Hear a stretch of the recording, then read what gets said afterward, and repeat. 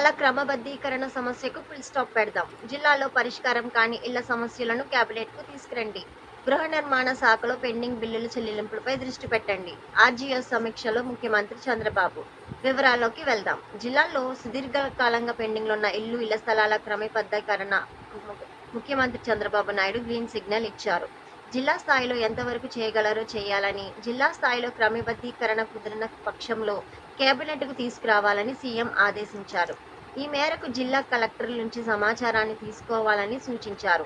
మంగళవారం RTC centre నుంచి వివిధ శాఖల పనితీరుపై సీఎం చంద్రబాబు సమీక్షించారు. ఈ సందర్భంగా ముఖ్యమంత్రి మాట్లాడుతూ, రాష్ట్రంలో వివిధ జిల్లాల్లో ఇళ్ల స్థలాల క్రమబద్ధీకరణ సమస్య చాలా కాలంగా పెండింగ్‌లో ఉంది. ఏదో ఒక రకమైన సాకు చూపి వాటిని పెండింగ్‌లో పెట్టేస్తున్నారు.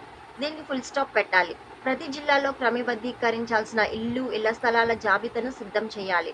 ఈ మేరకు జిల్లా కలెక్టర్ల నుంచి సమాచారాన్ని తీసుకోండి.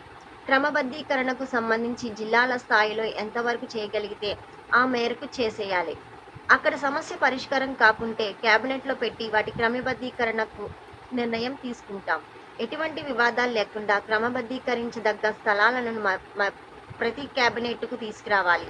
అప్పటికి పూర్తి కానివి ఏవైనా ఉంటే ఆ సమస్యను ఏ విధంగా పరిష్కరించాలో ఆలోచన చేద్దాం. ఇక గృహ నిర్మాణ శాఖలో పెండింగ్‌లో ఉన్న బిల్లుల చెల్లింపు ప్రక్రియను కూడా మొదలుపెట్టాలి.